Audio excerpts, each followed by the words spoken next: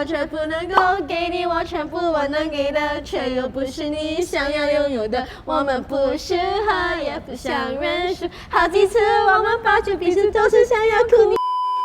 Hi guys, my name is Jasmine. My name is Cherylene. And welcome back to another episode of Pillow Talk.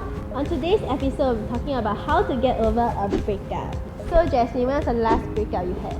My last breakup was like July 2018, around there. That's quite long ago. Yeah, quite long ago. So, I mean, I may not be the best, but I've been through like a lot of breakups. So I think I have quite solid advice. What about you? When was your last breakup? I would say it's quite recent. It was like maybe November, December-ish. Yep. Yeah. Anyway, she's single, so anyone wants to hit her up. I think for me, right, all my breakups, even though I don't have a lot of breakups, but each one is like, it took me a very, very long time to get over. So I would say that I have pretty good advice as well. I think we both shared a little bit similarity in our breakup in the sense that we dragged the relationship on for very long before it got to the point of the breakup.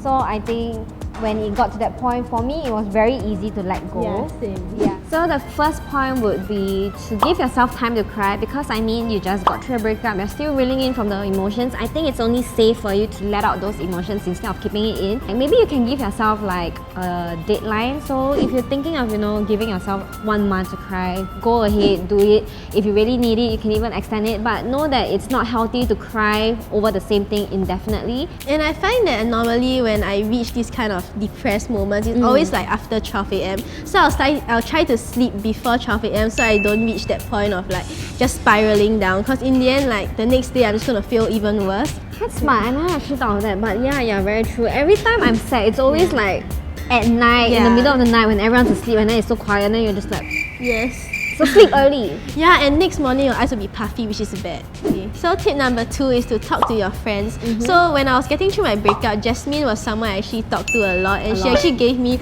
a lot of advice. And I think that I talked to her like so many times. I'm surprised she's not sick of me, but maybe you are. But I mean, she talked to me a lot because like she was like constantly breaking up and going back and breaking up and going back.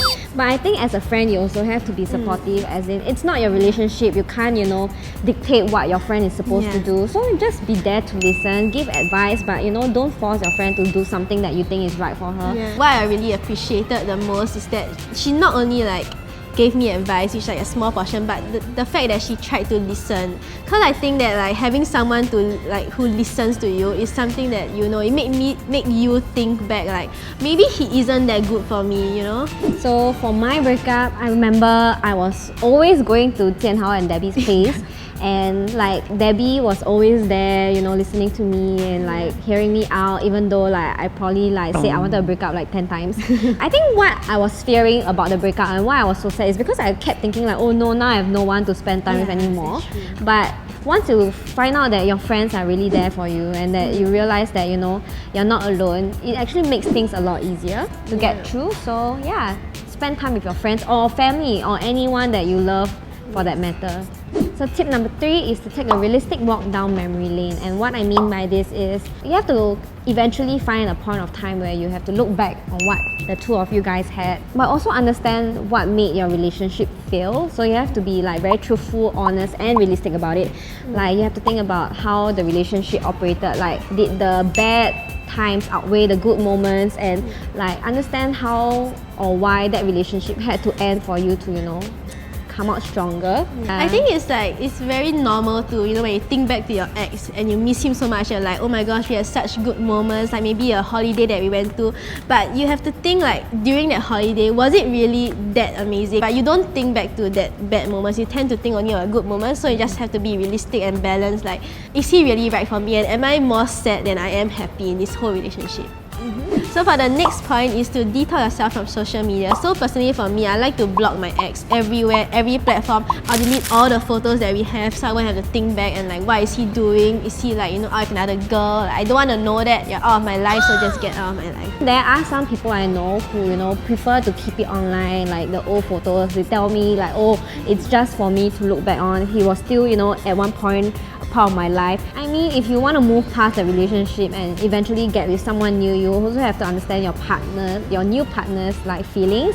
So that photos has got to go like, at one point of time. So yeah, and actually Instagram has like an archive function which you can use. It's very useful. Just archive it for now until you heal. Then after that you can like look back and be like, oh yeah, we had a good time. I learned a lot, and it's over. What I really didn't like my ex doing when we broke up was I felt like he was doing a lot of subtweeting. Subtweeting means writing a message on a platform to show it to a certain someone, like you want that someone to see, but you don't mention their name, so you let them think that you're not writing it to them, but you are. You know, I needed that space and that time to kind of, you know, just recover from this breakup, but like all this subtweet didn't help.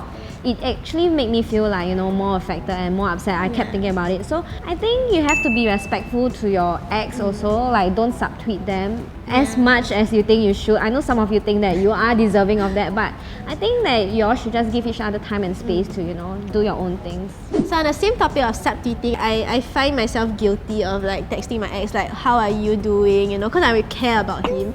But the thing is that like, it's really bad because do you really want to know how he's doing, or do you want to like just get back with him? So do you want to get back with him? No, this this ex never. Okay. It's the other one. Oh. So I always like text him like, you know, how are you? Like, or I'll be like, as a girlfriend, like, how do you think I can improve so that, you know, I will actually be that customer satisfaction survey. No. Don't cry, baby girl. He's a douche.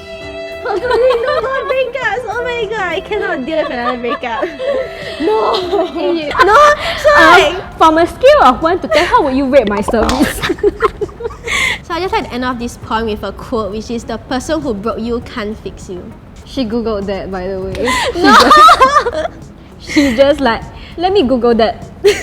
No, okay, I saw it somewhere, but now it like resonated. Like I was like, oh, I want the exact word so you guys can, you know, feel the full impact. It's true, it's true, yeah. The same person who broke you. Why you gotta expose me like that? The next tip that I'll have is creating a breakup playlist. So what I did was I created an entire playlist, and like the funny thing is I named my playlist like the emoji with the umbrella and the raindrops. Oh, my name is breakup playlist. Yeah, so emo, but it works. So my playlist has a lot of like Chinese songs that are, you know, really like emotional and sad. If you're Chinese and you really want to get over that breakup and you're really sad, you need to listen to some Jay Chou or some JJ Lin or some Cai Yiling or some like Eric Chou.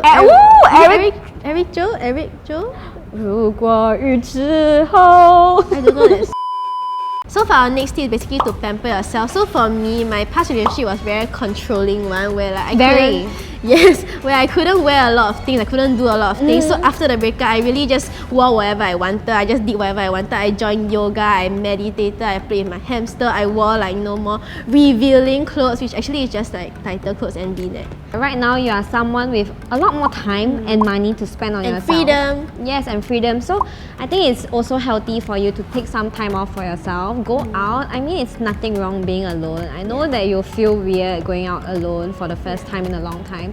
Try and embrace that, you know, loneliness. Make yourself more powerful. Like, if you can be lonely in public, you can do anything. So I actually went on a shopping spree in town. Wow. As in, it wasn't a lot of money. Like, I just spent like 150 bucks just buying just random things, you know, like you go to Typo and buy like one cute pen.